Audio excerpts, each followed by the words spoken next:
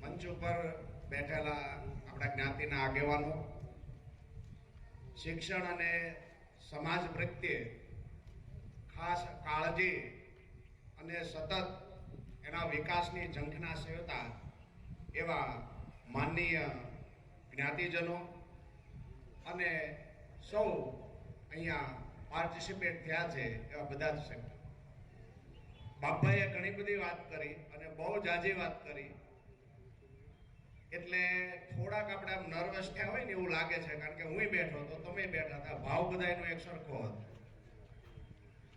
હું થોડીક અલગથી વાત કરું છું, જે સરસ્વતી સહાય પણ સાથે પણ સંકળાયેલી છે અને જે સમાજમાં આપણે બધી જગ્યાએ ફરીએ છીએ અને જે અનુભવ થાય છે બીજા સમાજના પણ, એને અનુલક્ષીને થોડીક વાત કરીશ. પરમ દિવસે જે બહુ સરસ મજાની જાહેર સભા છે એ રાણગોર સ્કૂલની અંદર પણ કરી. અત્યારના આ સમયગાળો એવો છે કે દરેક જ્ઞાતિની અંદર જુદા જુદા આવા કાર્યક્રમો થતા હોય છે. આપણી એક પરંપરા છે કે આપણે જ્ઞાતિના કાર્યક્રમમાં આપણે જ્ઞાતિના આગેવાનોને બોલાવીએ છીએ અને એની જ વચ્ચે આપણે આપણી ચર્ચા કરીએ છીએ. બધી જ્ઞાતિની અંદર આવું નથી હોતું.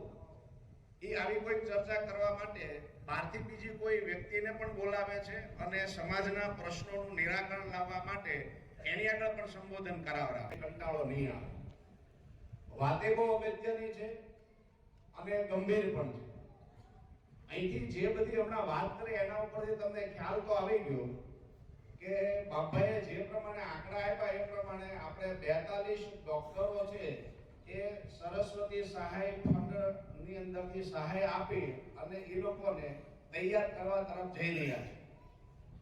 એમાંના લગભગ 10 ડોક્ટરોએ પોતાની કારકિર્દી છે એ પૂરી કરી અને પ્રેક્ટિસ શરૂ કરી દીધી છે અને બીજા હજી છે એ પહેલા વર્ષથી શરૂ કરી અને 5મા વર્ષની અંદર ભણી રહ્યા છે.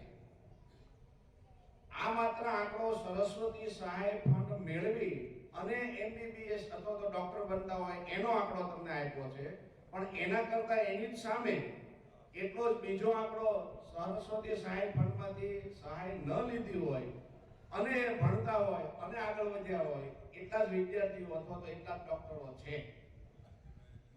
એ પ્રમાણે જો 83 મૂકો તો તમને ખ્યાલ આવશે આપણો સમાજ નાનો છે, પણ આપણા સમાજની અંદર આવનાર 7 કે 8 વર્ષની અંદર ઓછામાં ઓછા 80 થી 100 MBBS ડોક્ટરો આપણા સમાજના મળવાના છે.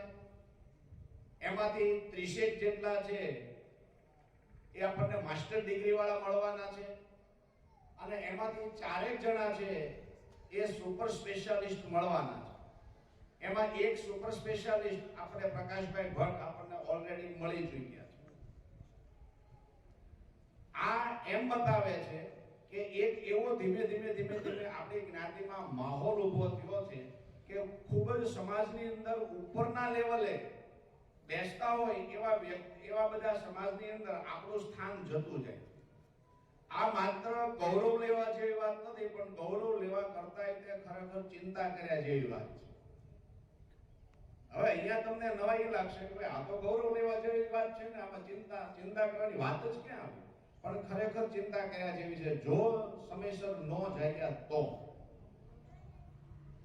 તમે જ્ઞાતિના દરેક ઘરમાંથી એક રૂપિયો ભેગો કરી અને જે લેવલે એમને પહોંચાડો છો એ લેવલે પહોંચ્યા પછી એ જે વસ્તુ ત્યાં પહોંચે છે એ જ્ઞાતિના મૂળિયાથી જુદી ન પડવી.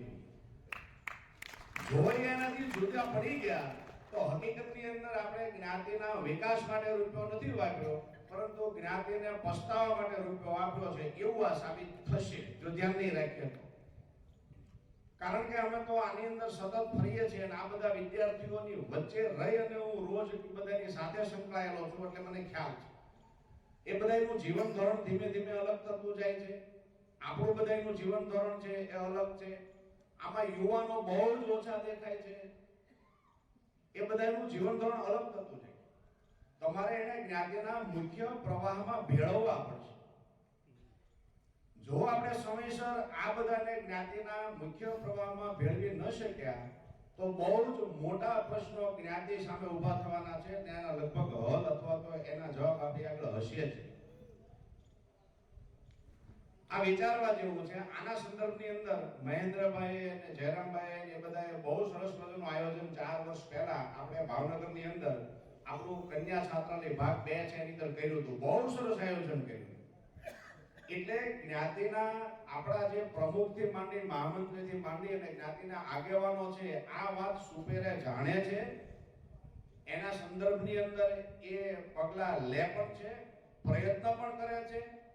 પરંતુ એ પ્રયત્નોની અંદર આપણે કેટલા સફળ થશું એ પરિણામ આવે આપણને ખ્યાલ આવે કે જે યુવાનોને તમે ટ્રેન કરીને આગળ મોકલો છો એ યુવાન પાછો મુખ્ય ધારા સાથે સંકળાયેલો છે.